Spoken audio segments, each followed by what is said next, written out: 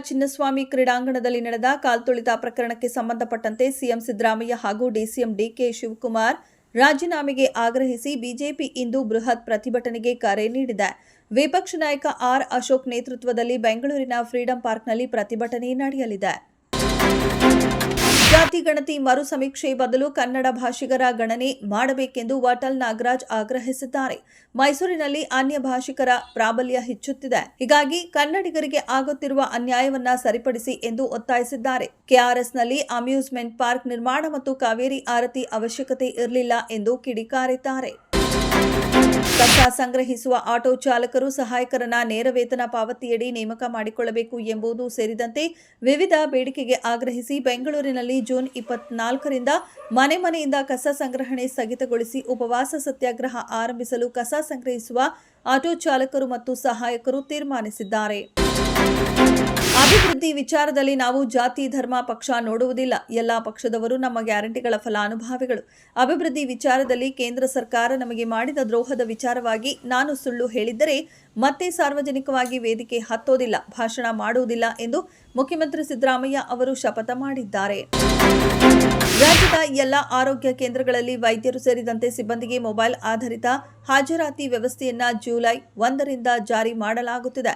ಇದರಿಂದ ವೈದ್ಯರ ಗೈರಿನ ಬಗ್ಗೆ ಸಾರ್ವಜನಿಕರ ದೂರುಗಳು ಕಡಿಮೆಯಾಗುವ ನಿರೀಕ್ಷೆ ಇದೆ ಎಂದು ಆರೋಗ್ಯ ಸಚಿವರಾದ ದಿನೇಶ್ ಗುಂಡೂರಾವ್ ಅವರು ತಿಳಿಸಿದ್ದಾರೆ. 16 ವರ್ಷಗಳ ಬಳಿಕ ಭಾರತದಲ್ಲಿ ಜನಗಣತಿಯೊಂದಿಗೆ ಜಾತಿ ಗಣತಿ ನಡೆಸಲು ಕೇಂದ್ರ ಸರ್ಕಾರ ಅಧಿಸೂಚನೆ ನೀಡಿದೆ. ಜನಗಣತಿ ಜೊತೆ ಜಾತಿ ಗಣತಿ ಸಹ ನಡೆಸಲಾಗುತ್ತದೆ ಎಂದು ಕೇಂದ್ರ ಸಚಿವ ಅಮಿತ್ ಶಾ ಅವರು ಟ್ವೀಟ್ ಮಾಡಿದ್ದಾರೆ. 34 ಲಕ್ಷ ಗಣತಿದಾರರು, ಸೂಪರ್ವೈಸರ್ಗಳು ಹಾಗೂ 1.3 ಲಕ್ಷ ಜನಗಣತಿ ಕಾರ್ಯಕರ್ತರು ಈ ಪ್ರಕ್ರಿಯೆಯಲ್ಲಿ ಭಾಗಿಯಾಗುತ್ತಾರೆ. ಭಾರತದ ಪ್ರಧಾನಮಂತ್ರಿ ನರೇಂದ್ರ ಮೋದಿ ಅವರು ತಮ್ಮ 2 ದಿನಗಳ ಸೈಪ್ರಸ್ ಭೇಟಿಯನ್ನ ಮುಗಿಸಿ ಕೆನಡಾಕ್ಕೆ ತೆರಳಿದ್ದಾರೆ. ಕೆನಡಾದಲ್ಲಿ ಅವರು ಇಂದು ಆಲ್ಬರ್ಟಾದ ಕನಸ್ಕಾಸಿಸ್ನಲ್ಲಿ ನಡೆಯಲಿರುವ 51ನೇ G7 ಶೃಂಗಸಭೆಯಲ್ಲಿ ಭಾಗವಹಿಸಲಿದ್ದಾರೆ.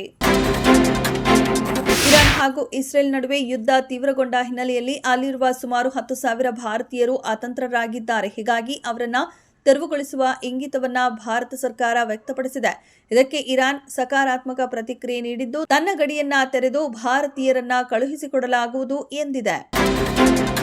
ಭಾರತ ಕ್ರಿಕೆಟ್ನಲ್ಲಿ ಕ್ರಾಂತಿಕಾರಿ ಸುಧಾರಣೆ ತರಲು ಮುಂದಾಗಿರುವ ಬಿಸಿಸಿಐ ಇಷ್ಟು ದಿನ ಪ್ರತಿಭಾವಂತ ಕ್ರಿಕೆಟಿಗರಿಗೆ ಆಗುತ್ತಿದ್ದ ಮೋಸವನ್ನ ತಡೆಯಲು ಮಹತ್ವದ ಹೆಜ್ಜೆ ಇಟ್ಟಿದೆ. ಅದರಂತೆ ಇನ್ನು ಮುಂದೆ ಭಾರತ ಕ್ರಿಕೆಟ್ನಲ್ಲೂ ಯಾರೂ ವಯಸ್ಸಿನ ವಂಚನೆ ಮಾಡದಂತೆ ತಡೆಯಲು ಕಠಿಣ ಕ್ರಮ ಕೈಗೊಂಡಿದೆ.